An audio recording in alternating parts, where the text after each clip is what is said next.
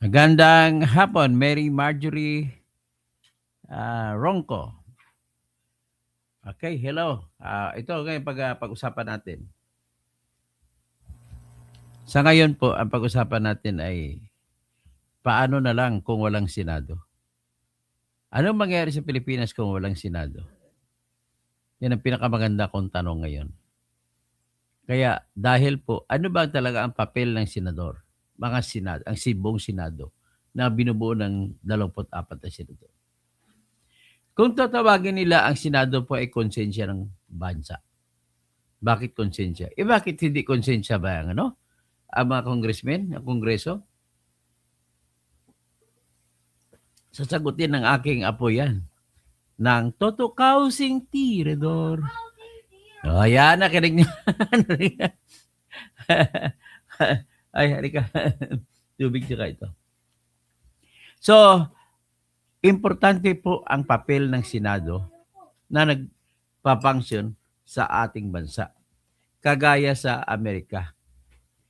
Ang presidente si Trump ay hindi masyadong nakakalamang para mang-abuso dahil may mga senador na humarang. Kahit kapwa niya partido na senador ay humaharang sa kanya. Yan po ang totoo at natural na papel ng Senado. Bakit? Kung magkakampi mas sa partido, bakit ganun? Ganun po kasi ang nagiging ugali na ng mga senador. Una, ang mga senador ay nasa pedestal na sila.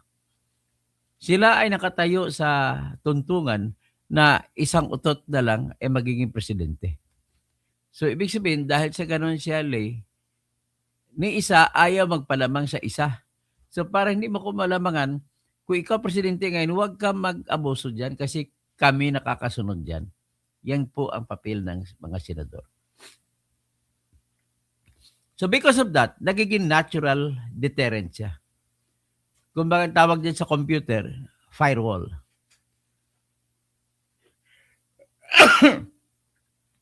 Sa definition ng sunog, ang firewall ay pangharang kung may sunog ang kapitbahay ay hindi na masusunog ang kabila.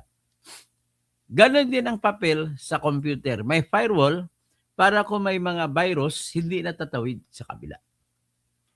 Ang Senado natin sa ating bansa ay nagiging firewall na kung ano ang kabulukan ng mga kongreso at ng presidente na usually yan po mga abusado ay sila po ang humaharang para hindi kakainin ang mga mamamayan.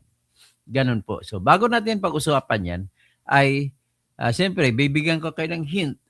Ito ngayon na the Senate firewall ay binubuo ito ng tinatawag na the 13 brave men and women na binuo ni Bato de la Rosa. Kaya pasalamat pa rin ako kay Bato de la Rosa kahit na tumakbo siya pa, kahit umalis na siya. Okay? Pero pakinggan muna natin ang ating musika para sa ating vlog.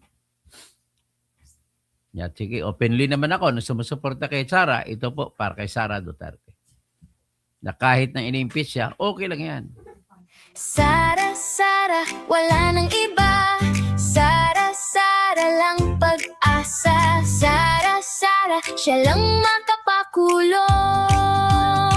Mga kontraktor ubusin niya. Si BBM Sandro ikulong niya. Si Tamba Zaldi ikulong niya. Tapang at malasakit ibalik para bayan ay manahimik. Durugin ang sindikato sa korte, sa DPUA, sa DS Void, sa PhilHealth. So, yan. Kung bakit ako pumili kay Sara. Sa katotohanan lang po, ladies and gentlemen. Siya lang po ang mayroong katapagan para ipakulong ang lahat na congressmen. Yan ang gusto ko mangyari. Lahat ng congressmen na nagnakaw sa flood control, kasama na si Congressman Sandro Marcos, kasama ng presidente si Bongbong, si BBM, kailangan maikulong sila kasi sila po ang naging tulay. Akalain mo, kinuwinta ko, 2023, ang utang ni Bongbong Marcos na ginawa, mahigit 1.3 trillion pesos. Saan napunta yun ng 2023? Kalahati nun napunta doon sa flood control. Tapos wala man lang nangyari. Puro mga guni-guni. Kumbaga ghost project. At kung meron man project, ang tawag doon ay under substandard. Tapos 2024 umutang 1.3 trillion again. So 2.6 trillion na inutang. Ganon din nangyari. Tapos 2025 1.3 trillion again. So ano na 3.9 trillion. 2026 mangutang ulit. Halos 6 trillion na inutang ni BBM sa 4 na taon. Grabe. Ang kay Duterte po inutang sa 6 na taon ay 6.8 trillion pesos. Ang sa 6.8 doon, napunta pa yung around 4 trillion sa COVID at saka sa pandemic at saka mga ayuda sa tao dahil hindi makapagtrabaho ang tao. At higit sa lahat, ang mga operasyon ng ating pamahalaan dahil wala po makukuha ng mga buwis at sarado mga negosyo, dyan din po nanggaling sa 6.8 trillion pesos. 6 na taon yun. Kumpara mo ngayon sa 4 na taon pa lang. Mahigit 5 trillion na. So, hindi ko talaga mapapatawad na napunta sa baha sa flood control mahigit 3 trillion. Inutang natin lahat yun, tayo magbabayad. So, anyway, pakinggan nyo muna yung isa ko pang kanta na binuo naman ni Alfredo Hicale para sa akin. Pag-usapan natin malalim yun ang aking binabanggit.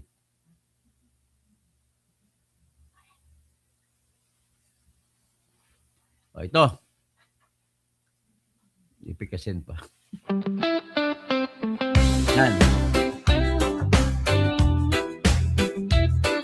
Riggy. Sa gulo ng araw, ikaw ang matibay.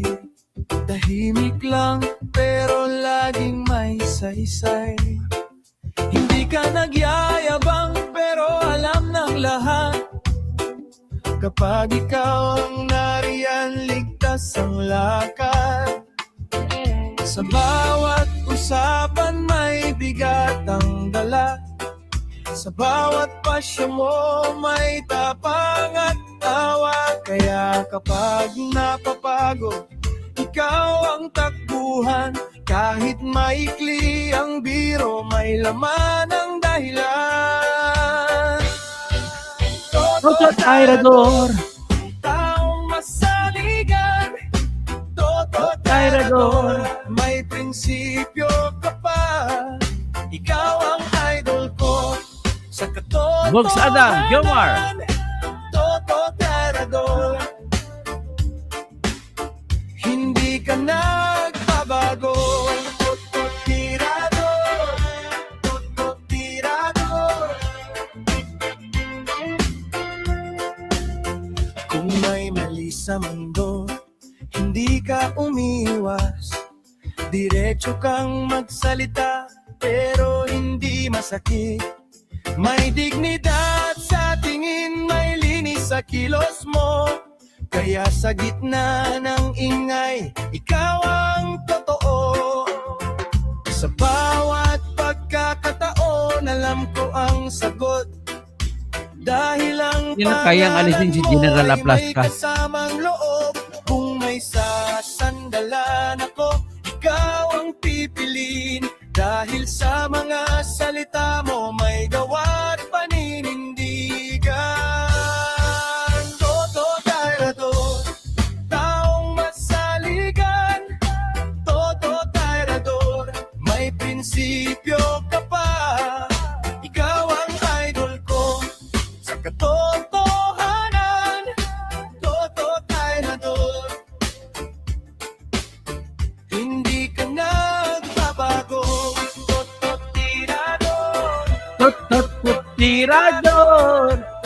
Tot Tirador. Kung dumating man ang bagyo, nandun ka pa rin. Hindi takot humarap sa Na, baguhin natin.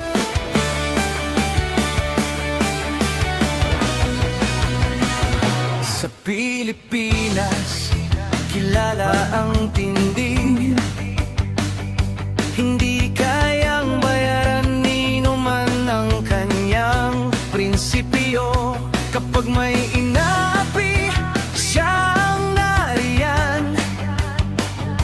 kapag may bayaran, siya ang hadlang. Hindi siya tiklop sa pananakot ng iilan, hindi siya alila ng sino mang mayaman. Kung ang kapangyarihan nila ay inaabuso, hinahawi niya yan mano-mano. Kapag ang taong bayan ang nasasakal, siya ang unang sumusugot, tumatagal. Hindi perang sukatan ng halaga, kundi kung sino ang lumalaban para sa masa. Totoong kasing tirador, totoong kasing tirador, kakapin ang naaapi, kalaban ng sakim na mandarambong. Totoong kasing tirador, totoong kasing tirador, hindi kayang bilhin ang puso niyang matibay.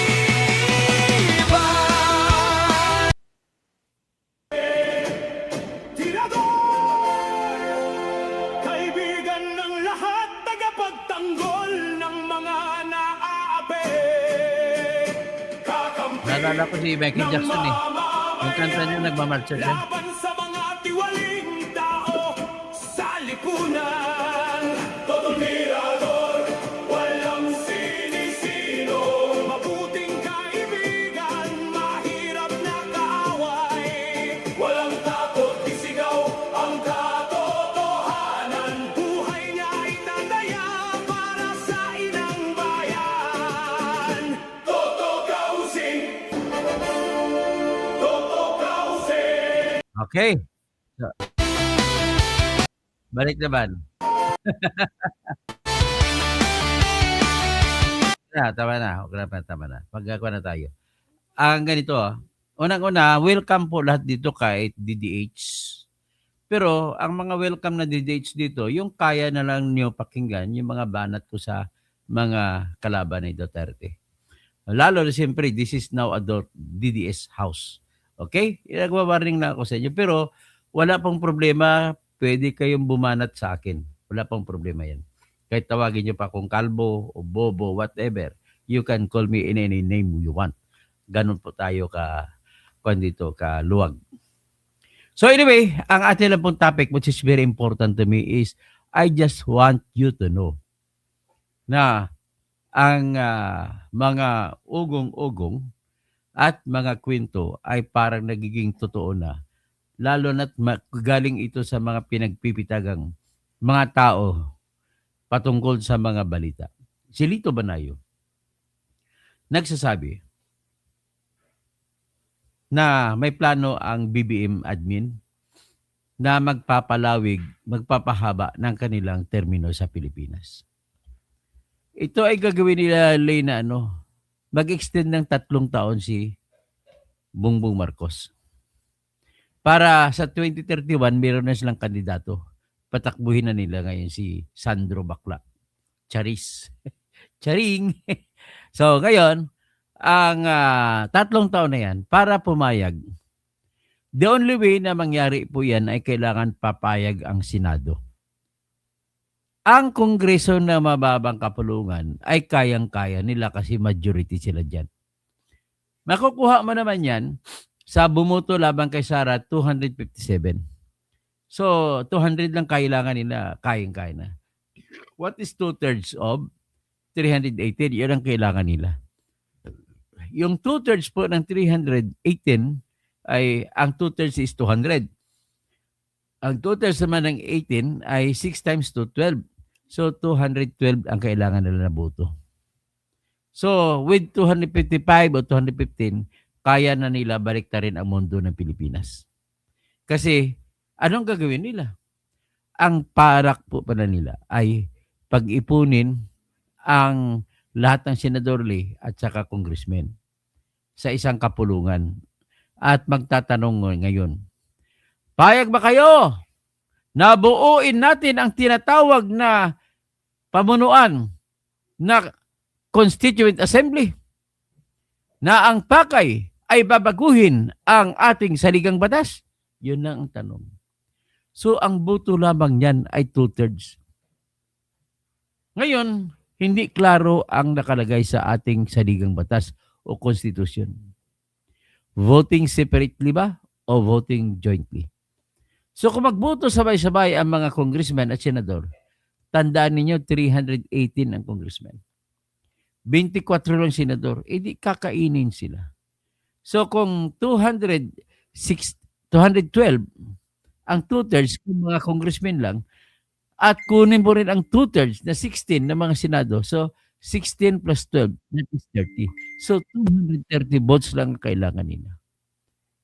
At mind you, ladies and gentlemen, yung pumirma laban kay Sara sa impeachment ni Sara ay 257. Sobra-sobra pa yun at matatabunan na nila.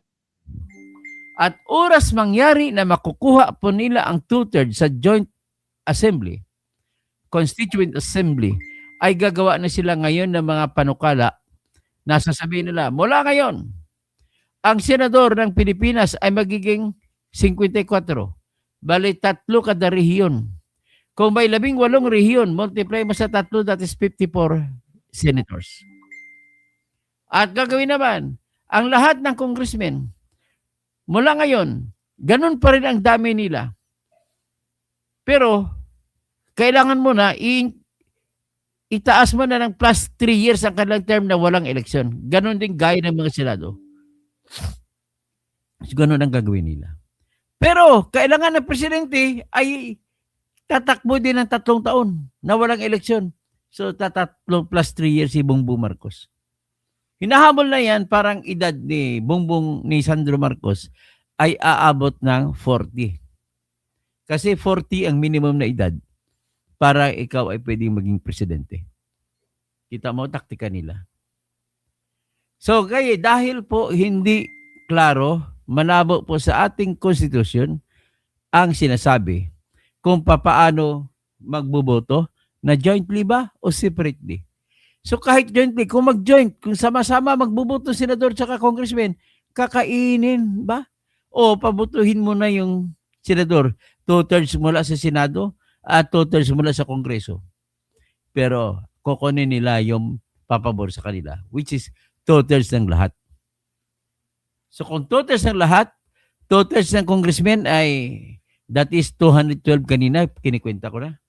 So plus 2/3 ng Senado, which is 16, plus 16, so 228. So they need only 228 votes. Tatabunan ng mga congressmen nila.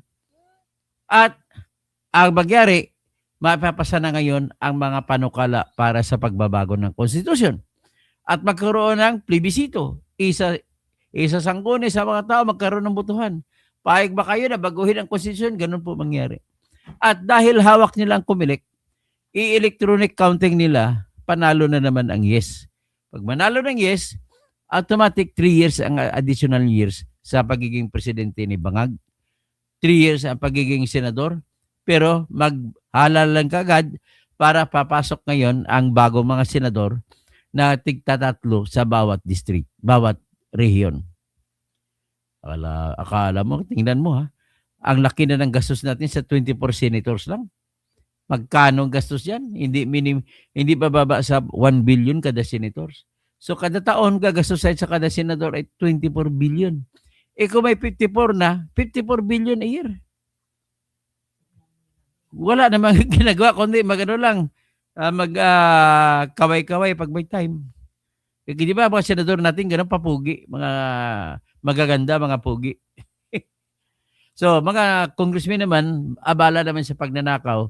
Alam mo, paborito lang pagnanakawan ngayon dahil medyo nasita na sila sa flood control, yung MOOE. Paano sila magnakaw sa MOOE? Ganito po yun. Sa ngayon po na nag-usap tayo, at it happens every year thereafter, ang proposal lagi ng National Expenditure Program o Department of Budget and Management na magiging budget o magiging pera na ibibigay sa House of Representatives, Lea, 16 billion ng karamihan, pinakamalaki. 16 billion kada taon. Yung 16 billion na yan, panggastos na yan sa lahat ng operations, sweldo ng mga congressmen, mga driver nila, mga gasolina nila, opisina nila, lahat, travels na sa aeroplano, papunta sa probinsya, pabalik. Lahat kompleto na yan.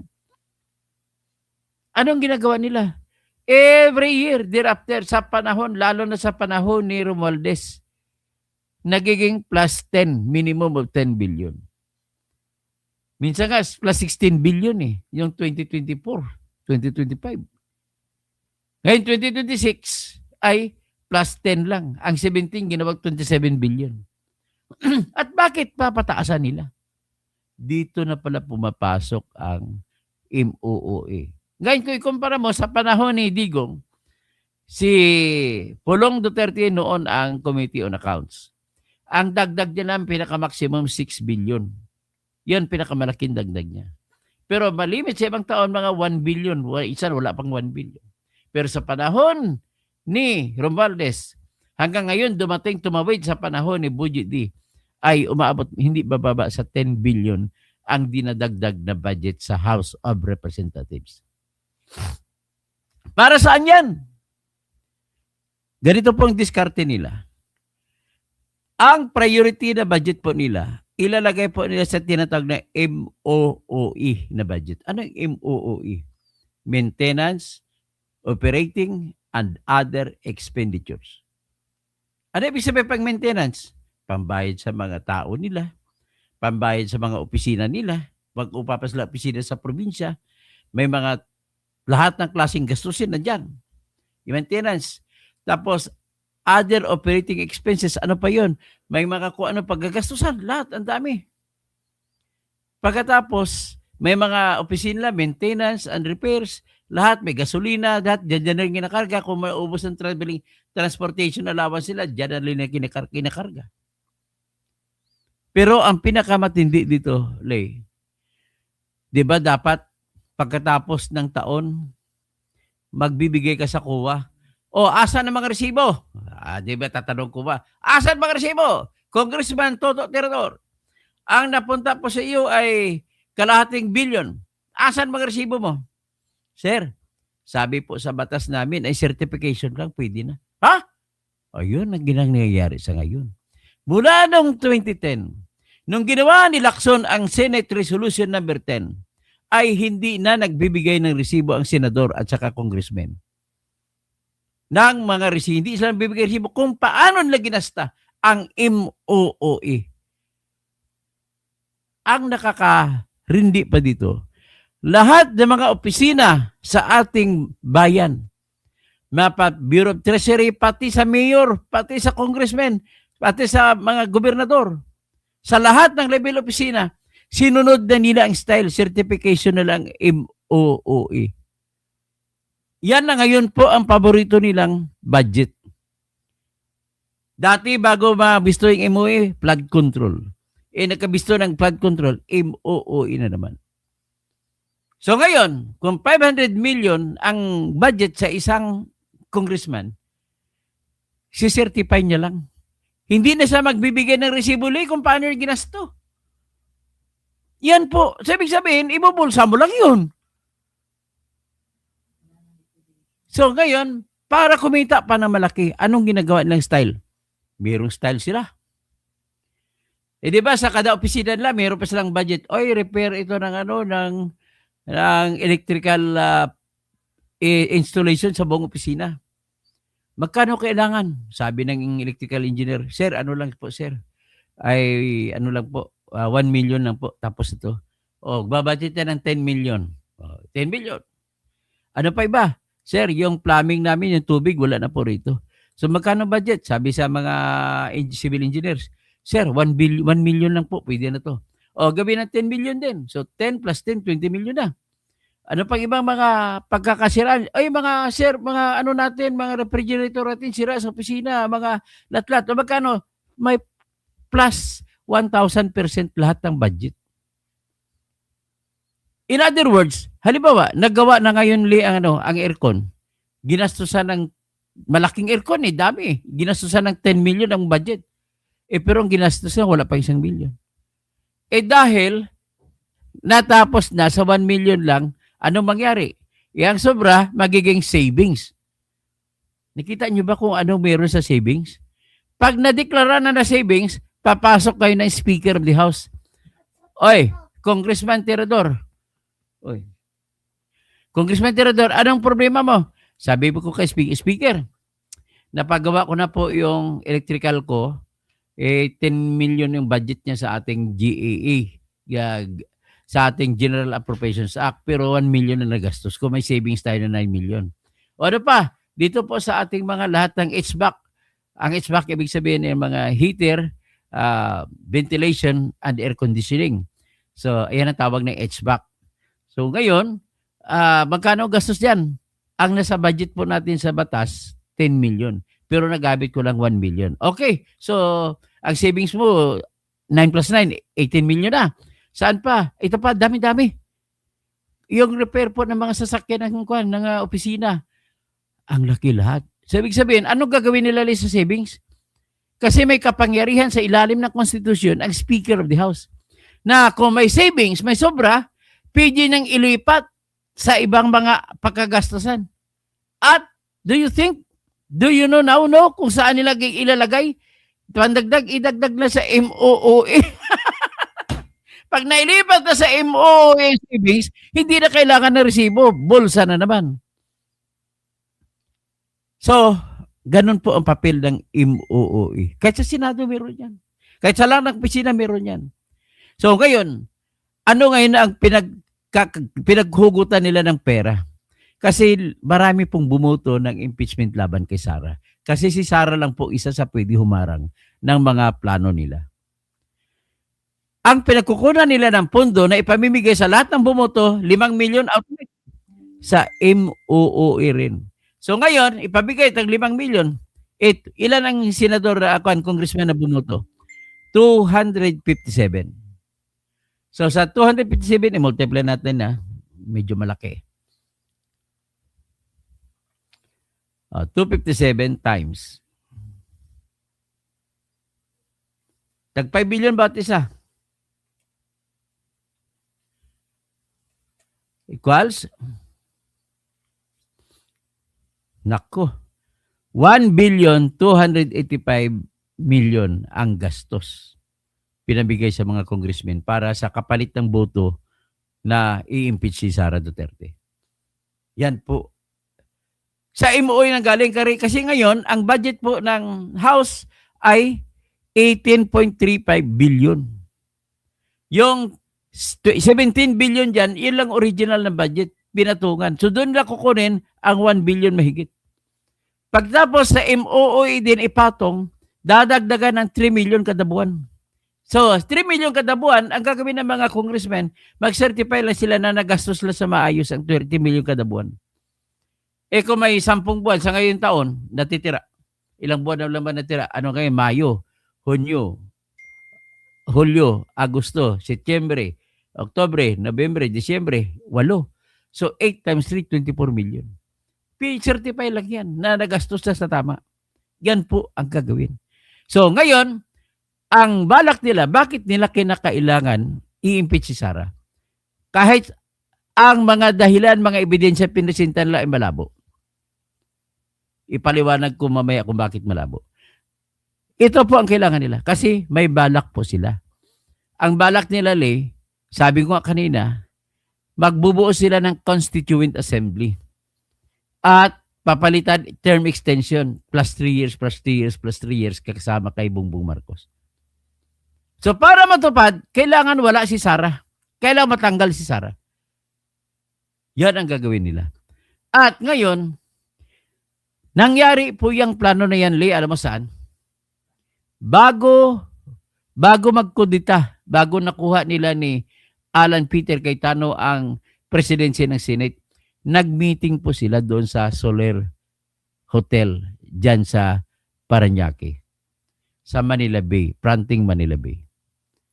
Kasama dyan si Speaker Bujidi, kasama si Senate President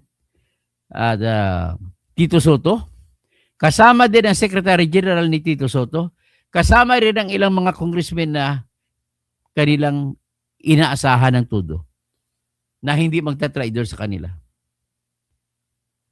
At ang meeting nila, yun nga ang gagawin nila. At pagkatapos ng suna ni Marcos, magko-constituent assembly sila.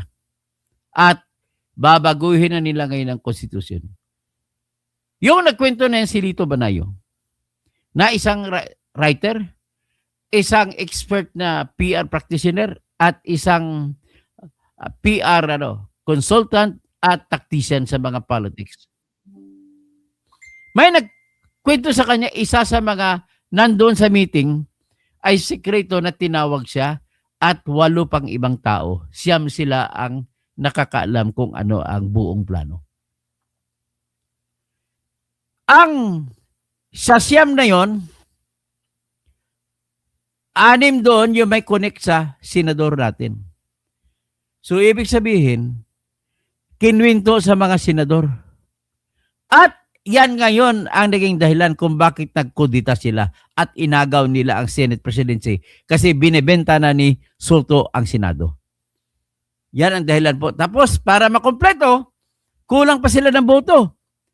Kaya tinawagan na nila sigurado tinawagan nila ni Alan Peter Cayetano si Bato. Bato, lumitaw ka muna, kami na bahala sa'yo. Kailangan namin ng boto mo. Kaya lumitaw po si Bato. Nang bumuto siya, ayun, panalo na, naagaw ng kuruna mula kay Soto. Hindi na ngayon matutuloy ang binabalak nila na term extension or tawagin ni Lito Banayo, the plot. Ang maitim na balak. So, yan po ang nangyari. So, ngayon, ang kasunod na challenge, kasi nangyari na, si Bato, dahil sa kapaglitaw niya, it was a blessing in disguise. Parang regalo din sa kanya ng Panginoon. At dahil doon, yung dati na agam-agam na tanong, meron ba talagang warrant of arrest na isisilaban sa kanya? Hindi pa niya masagot, pero nagtatago siya. Pero nung lumabas siya, lumabas si Trillanes, sheriff pala ng ICC si Trillanes, pinakita warrant of arrest. Kaya lang, ang hawak ni Trillanes ay unofficial copy. Ang problema na sa NBI, unofficial copy, ipapatupad nila. Ngayon, gusto nila yariin si Bato. Bakit? Kaya nagtago na naman si Bato. Yung paputukan na yon, yung dapak na pumasok doon mga NBI, panakipbutas na lamang kuno ang sulat ni Vic Biloso na kailangan niya ng bodyguard. Kailan ba kailangan ng gwardiya yung Senate, ang GSIS? Ikaw talaga matibag. Oh. Halata naman ang drama ninyo. Jonathan Liwane. Jonathan Ganon po, yun ang katotohanan. Mga kapwa ko, mga kasamahan ko sa media, makinig kayo. Huwag kayo magpadala sa mainstream media. Ang katotohanan dyan, ngayon lang for the first time in history na nangyari, nagagwardya ang 4 na po na NBI agent sa GSIS. Sa lahat ng opisina sa gobyerno, bakit GSIS? Kasi likod dyan ng Senado. Kita mo nahuli sila na nagbarina. Papasukin nila si Bato sa Senado para dudukutin. Bakit? At palabasin po na nanlaban. Si Bato na rin yan i-EJK. Nanlaban daw si Bato. Kaya patayin nila habang makuha nila. At kung makuha nila, pag mamatay ni si Bato, ano mangyari? Di magkaroon ng special election, papalitan nila ng kandidato na papabor kay BBM. Ganun po yung buong kwento. Kaya po, minabuti na lang ni Bato na umiskapo sa pagtatago sa dilim. Kakampi niya ang dilim. Kaya pwede mong tawagin si Bato na kampo ng kadiliman. So, yan po ang katotohanan. So, ang tanong naman sa ngayon, hanggang kailan tatayo ang Senate firewall na tinayo ni Bato? Sinabi ko na sa inyo ang plano. Hanggang kailan tatayo? Tumayo ito, remember, ilang senador ang lumipat sa grupo ni Alan Peter Cayetano. Number 1 dyan lumipat, si kapatid niya, si Pia Cayetano. Lumipat 2 bilyar. Lumipat si Jinggoy. Lumipat si Chis Escudero. Si Joel, pang-6. Sino pang iba? Ang iba, ando na yun. Si Marcoleta, si Aimee, si Robin Padilla, si Bongo, o si Bato, tsaka si Alan Peter. Kakampi niya na yun ng dati. Yun po ang dahilan kung bakit nagkaroon ng kudeta. Natunugan nila ni Alan Peter Cayetano ang plano na bababuyin ang ating konstitusyon. Kaya ipagdasal na lang natin na hindi po ito mabubuwag yung the 13 block. The 13 block, 13 senators kasama si Bato yan.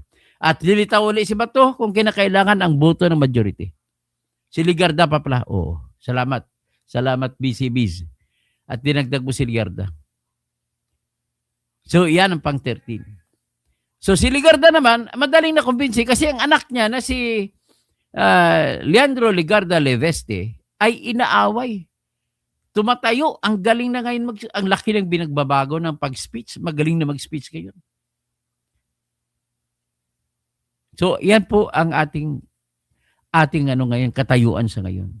So, hiniling ko lang sa iyo ay sa inyong lahat. Patatagin lang natin na mabigyan ng biyaya ng Panginoon, mabantayan ni Allah. Ang sabi pa nga ni Alan Peter Cayetano, Allahu Akbar.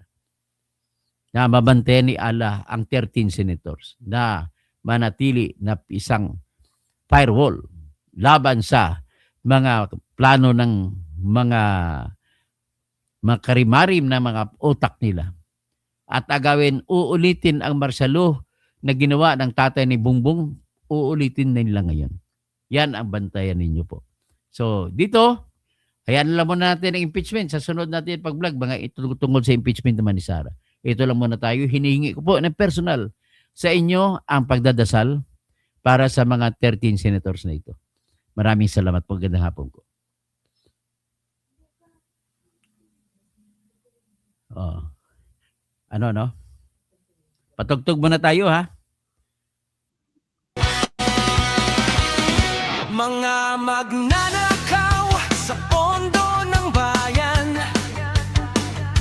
nanginginig kapag siya ang nandyan. Bawat piso, bawat sentimo, kailangang sagutin sa mata ng tao.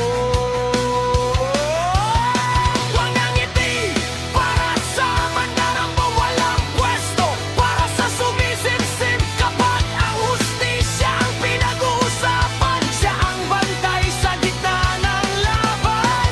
Kung may nilulunod ang kasinungalingan, siya ang boses na hindi tatahimik. Sa bawat galaw ng mapagsamantala may salubong na paninindigan niya.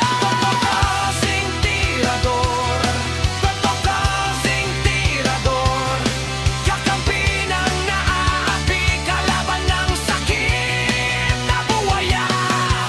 Kasing tirador, kasing tirador, hindi kayang bilhin ang puso niyang matibay. Okay, idudugtong ko lang itong ang issue. May issue kasi na nagsabi na drama-drama lang yung putukan. Sabi ni Alan Peter Cayetano, ang Senado po ay under attack. Ngayon, sabihin na natin, ang nagpaputok ng warning shot una yung USAA, yung si General Aplaska, si Mau Aplaska. Ay graduate po siya ng 1987 PMA. Hindi po siya graduate ng 1986 kung saan sinagtala, yon ang pinag-graduate ni Bato.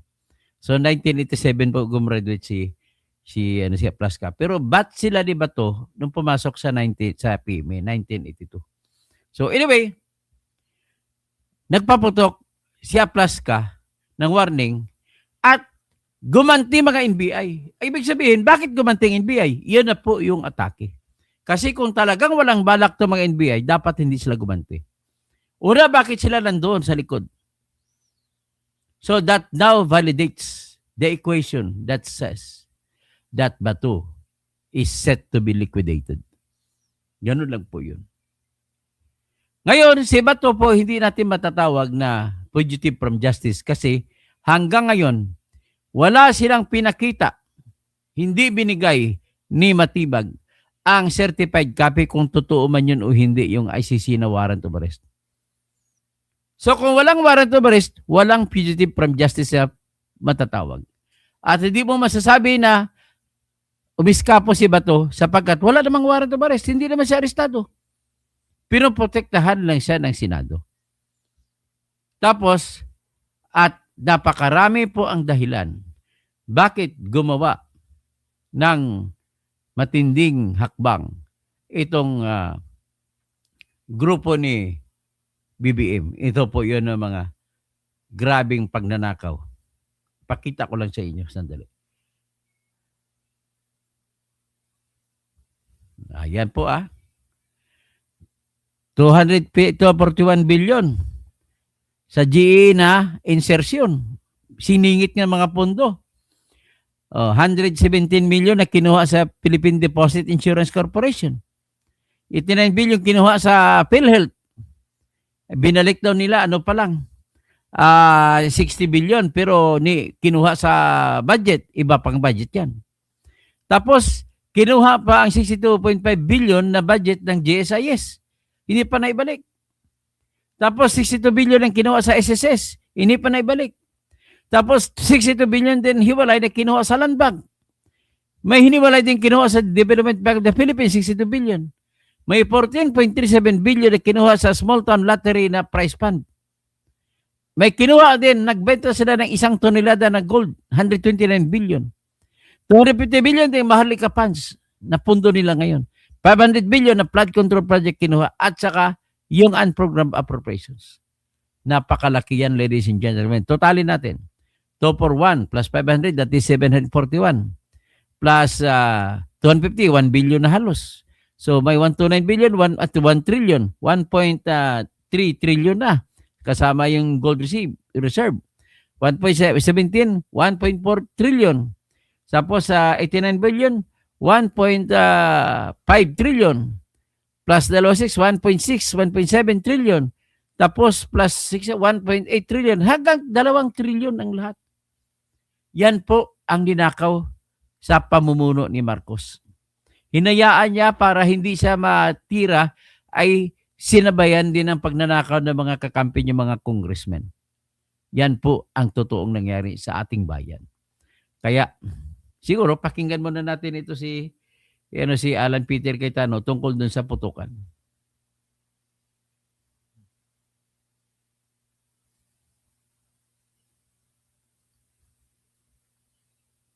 Yan.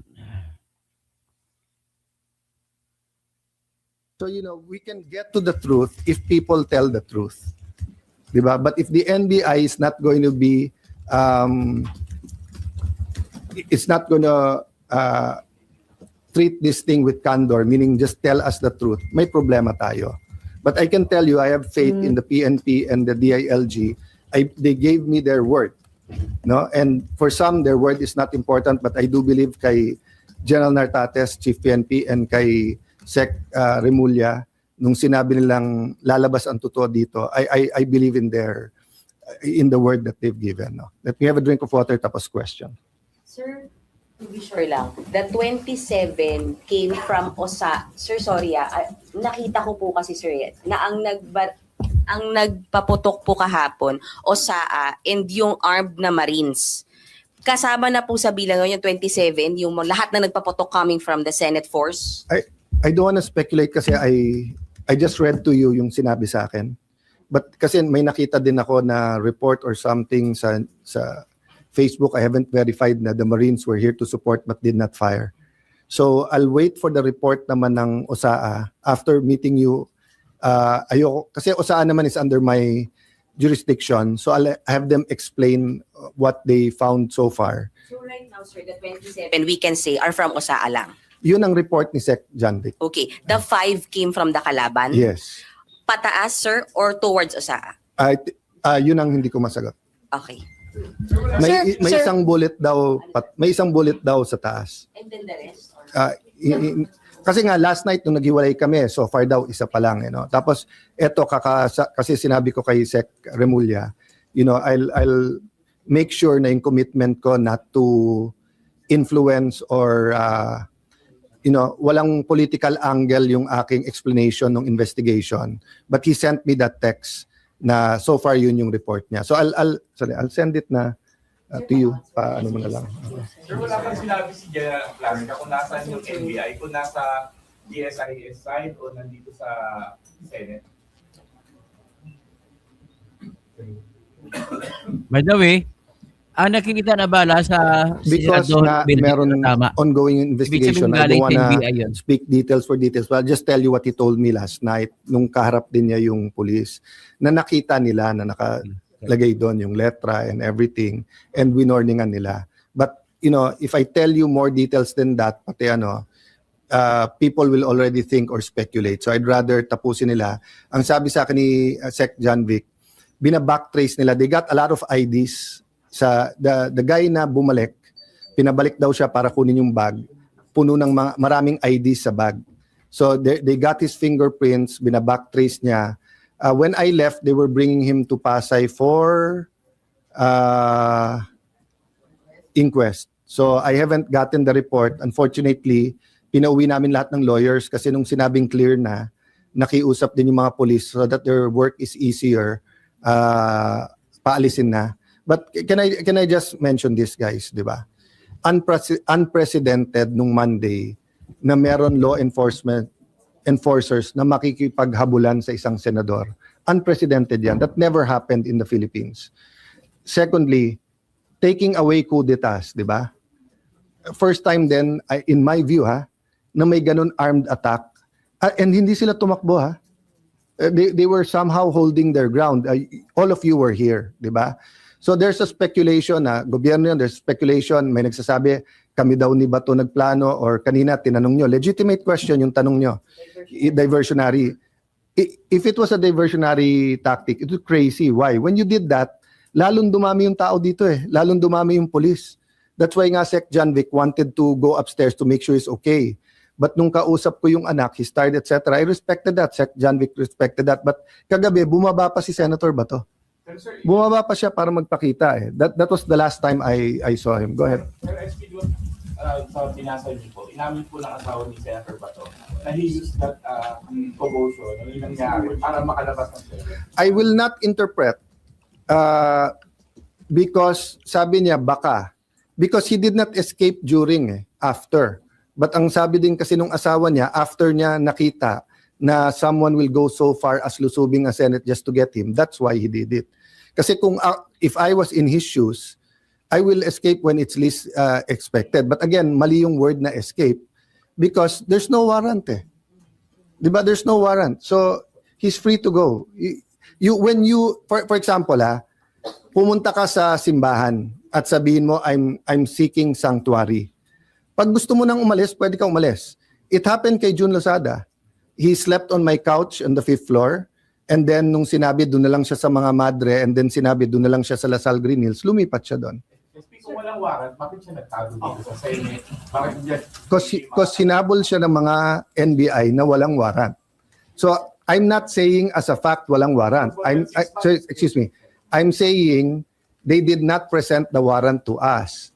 And I'm waiting for it. They did not give us. If they gave me the warrant, my advice could have been different. So, same. Kayo nag-seek sanctuary dito. Sabi niyo, sir, media kami, inaaresto kami, wala namang warrant. I talk to the police. Ba't niyo hinahabol? Wala, sir. Or may warrant. Nasaan ang warrant? Wala. Sabihin ko, dito muna kayo sa Senate. 3 days later, wala pa rin yung warrant. Sabihin mo, boss, gusto ko nang umuwi. Umuwi ka na. Diba? So that's the reality. Is it the best? I want him to attend each and every session. I want him to be there. I told him last night, Sen Bato, sana you can attend the impeachment. It's his constitutional duty. Last follow-up then. SP, do you still consider it as an attack when you mentioned kahit marami na sila? Una pong nagpaputok ng warning shot yung OSAA, hindi yung sa kabilang. Okay. Kung tututukan kita ng baril, papasukin ko bahay mo na may baril ako. Nag-warning shot ka, pinutukan kita pabalik. Is it not an attack? Sorry but I don't think there's any question. The Senate is under attack, was under attack. All of you, your lives were in danger last night. So I know it's your job to ask a question, but you will tell me, pagka may nagpaputok na warning, hindi under attack yun? My God. We're a democracy. This is the Senate of the Philippines. Please naman. Di ba? Yeah. What do you think happens when there's no democracy? Who's the first casualty? The media. Wala nang media kapag wala.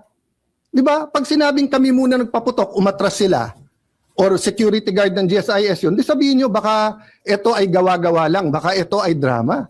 Pero nagko-focus kami dito, hinihintay namin articles of impeachment, nakita nyo naman lahat ng pangyayari. Napakagaling ko naman mag-orchestrate ng lahat na yan. Kaya kong papuntahin dito mga armadong grupo. You know my history. I've been in government since 1992. Do I have any history of doing that? O sa Taguig, have we done anything like that ever? No, so, excuse me, I mean, I'm not taking offense at the question, but, you know, if you have any doubt, you're doubting our democracy, you're not doubting my statements. Ko lang, sir. Yung kalaban po, pwede na natin sabihin na Kay sabli naman ng media magtanong na yun. Sir, sinabi kasi ni Senate Sec Dong Mendoza right after the shots were fired last night na perceived NBI. Are you ready to say that na perceived NBI yung kalaban? Nasabi naman ni Sec Dong yon, at sabi ko sa kanya, I don't blame you for giving them the information on the ground. And Mayan, you ask the right questions. Tama yung direction nyo, etc. But I'll be very fair. When the president called to check how we are, and when the president said, it's not government, it's not the AFP, it's not the PNP, it's not the NBI. Sinungaling talaga ng bumbong na yun. Of course, he's the president. I'll give him the benefit of the doubt. I'll assume. But I told him, but Mr. President, we have a bad experience sa NBI. They haven't been truthful with us. Having said that, Sec John Vic assured me, walang whitewash to. So he told me some of the information even before we got home kasi I'm sorry for the reaction but you know, people risked their lives yesterday. One of our nagugulpi na yung isang usaa, the others could have done this. What I want to prevent is that, you know, there are certain things in life na may red line yan. Di ba? Di ba yung you don't, you know, you respect your parents, unahin mo yung mga tatanda, di ba? Pero kung yun ay mga normal na kabastusan, di ba? But you don't attack Malacanang. You can march, you can protest. You don't burn down the Supreme Court, and you don't attack the Senate in an armed manner. Di ba? It was 100% an attack. If it turns out sa investigation na sira ulo lang yon, na he lost his mind, then a question ko, how did he get the IDs? How did he get in? How did he get? If it was government, then I'm sure the president will act upon it, di ba? So I don't know right now, and I don't want to give details, but but yung binasa ko sa iyo, galing na kay Sec John Vic yun. So, at sinabi niya, NBI yun. Sir, sinabi ni Sir John Vic? Yeah, NBI?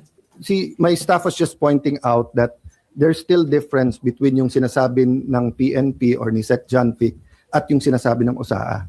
That's normal in the investigations. That's why sabi namin, mag-joint investigation tayo.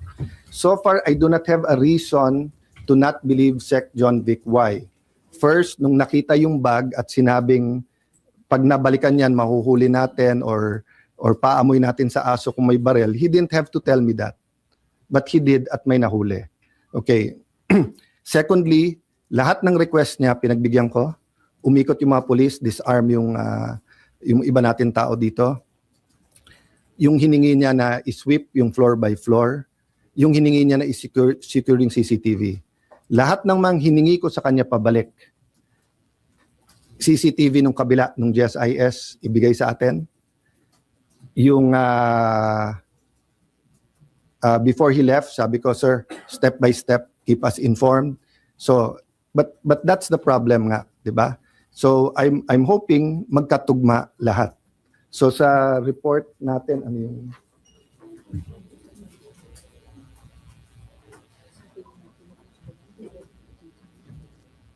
Yeah.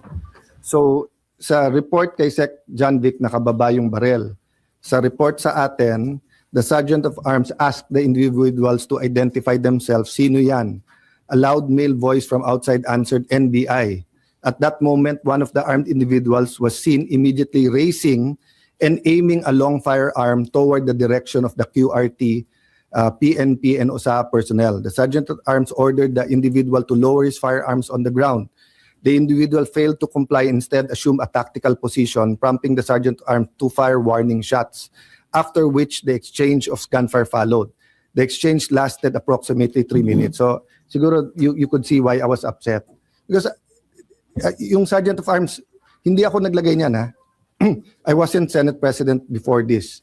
I forget now kung si Senator Cheese or Senator Subiri, no? But he's a respected general, okay? And you don't get to be a respected general by being a cowboy or gung-ho na hindi ko lang gusto mukha mo, paputok na, di ba? So when he reported that, may assumption of regularity. But I told Sec. John Vic, if you want anyone to excuse themselves from the investigation because they themselves investigation, ako, kung gusto niyo ako imbestigahan, I will excuse myself from the investigation. So ganun kami ka-open para malaman nga natin. Because nga, you know, when you get used to something, it becomes regular. So because we got used to may nag-hold up sa mga kantong madidilim, parang pag news, sige news pero okay lang. So you remember the first time na may na-rape na 2-year-old or 3-year-old, how outraged everyone is. People are still outraged, but when people realize that Shabu does that to the mind, di ba, parang nagiging normal sa iba eh, which we cannot allow to happen. So whether it's a heinous crime or an attack on the Senate, we cannot allow that to become the new normal. No, that's why until this point, di ba, I've been totally logical reason. But you know, to say na kami pa umatake doon and everything. I could have, if Senator Bato and I wanted to plan him going out, it's very simple. Sumakay siya sa kotse ko and I'll bring him out. Why? Hindi naman siya under arrest eh. Diba? So I do not know why he did it that way. I haven't talked to him. Diba? But what I know is that he's not under arrest and hindi pa pinapakita hanggang sa amin ngayon ng NBI. But I do believe the President that he did not send anyone here to enforce that warrant. So ang question ko nga is, why were they here? And pag ikaw ay nakita na at sinigawan, even assuming tama, nakababa yung barel, nagpaputok ka sa taas, warning shot, what do? Don't you show your badge and put up your hands and leave? Bakit siya nagpaputok pa balik? Knowing this is the Senate. So, for me, you know, we really have to know the truth. And by the way, that's why the last statement I told Secretary John Vic and Chief PNP Nartates before they left is that please use all your powers in intelligence, in peacekeeping, etc., to make sure no untoward incident sa impeachment. Nung una nga, parang ang reaction, akala nila I was talking about government. No, sabi ko, I'm asking for your help, your expertise. Tell me what we need to do because nga, this simply cannot happen. You know, if that happens, people are gonna just keep pointing fingers. Sasabihin nung itim, gawa ng puti. Sabi nung puti, gawa ng itim. Sabi nung pula, gawa ng blue. Hindi tayo matatapos dyan. But I believe they're using forensic science to, the fingerprints, the CCTVs and everything to get there. Sir, paano nakapasok? Sir, paano nakapasok yung armed men? Sorry? Mawawala na po ba yung protected custody ni Senator Bato after nangyari? Well, you're under protection while you're under our custody. Diba? So, for example, yung kay Jun Losada, it was a different situation, but he was still under the protection because nagpaalam siya. Nalilipat kami ng Green Hills. So, I will still insist on his rights.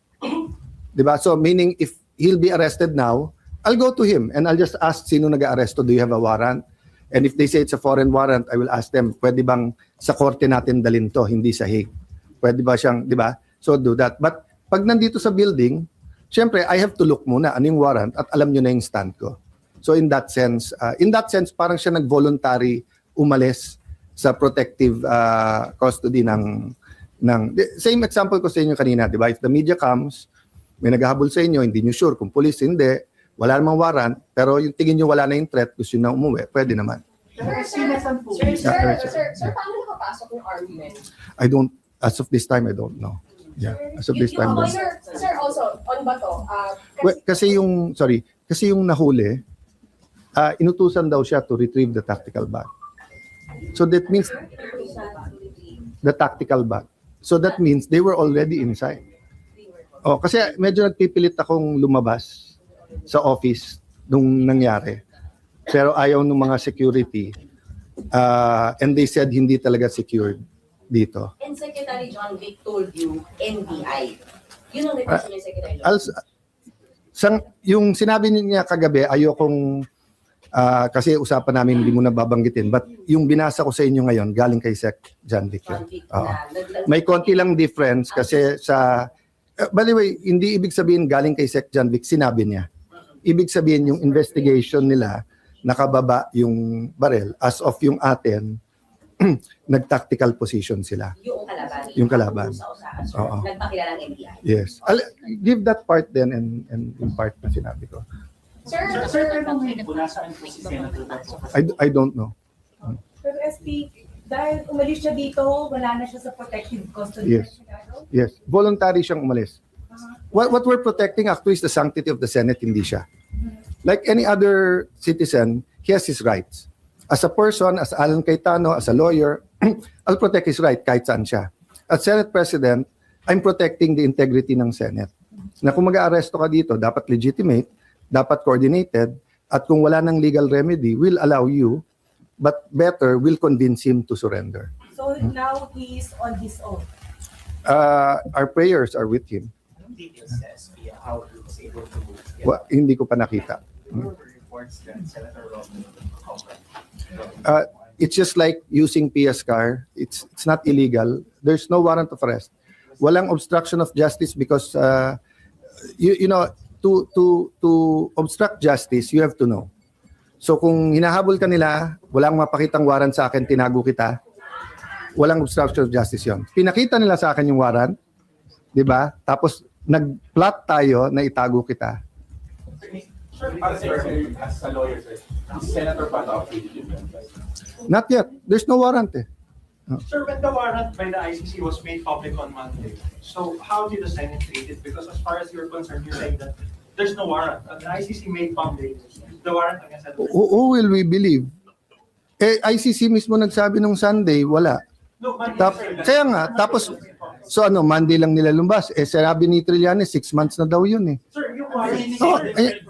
No. I'll clarify that. We don't take judicial notice of that stuff. You have to come to us and present it. So kung meron sa internet na one of you may warrant of arrest, hindi ko na kayo papapasukin ng Senate at arrestuhin ko na kayo? Hindi ba dapat pumunta dito yung police na dala tapos sinabi? Oo. The application for TRO by the Supreme Court, even by Senator Ronnie De La Rosa, is actually a reflection. He himself recognizes that the ICC warrant exists and is valid. No, That's what I'll tell you why. Because the ICC said they have a secret warrant. They said they have a secret. No, guys, believe me, i-research nyo, i-google nyo ngayon. Sinabi ng ICC na under their rules, pwede nilang secret yung warrant. Sinabi nila yan a few months ago. That's why tumakbo si Senator Bato sa Supreme Court. Kasi hindi niya nakita. When's the first time that you heard na meron talagang warrant? Nung Sunday. Where's the first time na nakita nyo? Nung Monday. At ano bang paulit-ulit ko sila sabi sa lahat? Di ba? It has to be a Philippine warrant. So if there's a warrant for any of you here na kung saan-saan etc. at walang nagpapakita sa akin, hindi ko rin papayagan na arestuhin kayo sa loob ng Senado. Senator, It's just that simple. I'm sorry. Yes, go ahead. Follow-up question, Sure. Senator. We were there yesterday, Mhm. and we were made to kind of stay on the side. And even OSA actually said that they were going to arrest somebody. They said that, we caught that on camera, may arrest din sila, nagpalit sila ng damit, pero sabi nung unangin muna yung articles of impeachment. After that, pumunta na sila dito sa kabilang part.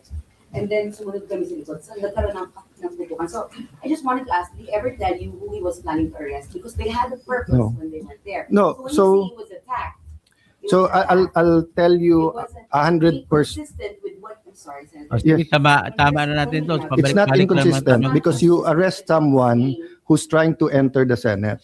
So you're being attacked You're being attacked, I only use the words attacked when everyone confirmed that we were fired upon. but it's not clear who he was So, trying to arrest. I'll tell you this, ha. Okay. If I go to you and say, please leave the room, I'm not attacking you. No, I don't Diba? see that No, difference at all. okay, yeah. Or if I say, ma'am, can you take a seat? I'm not attacking you, right? Tama naman yan. But if I take out a gun and you tell me, Yung reporter na pag nagmagaling-galingan, akala niya magaling siya. Ay, nako. Okay. Maraming salamat, no? At maganda yun. We will go to the next.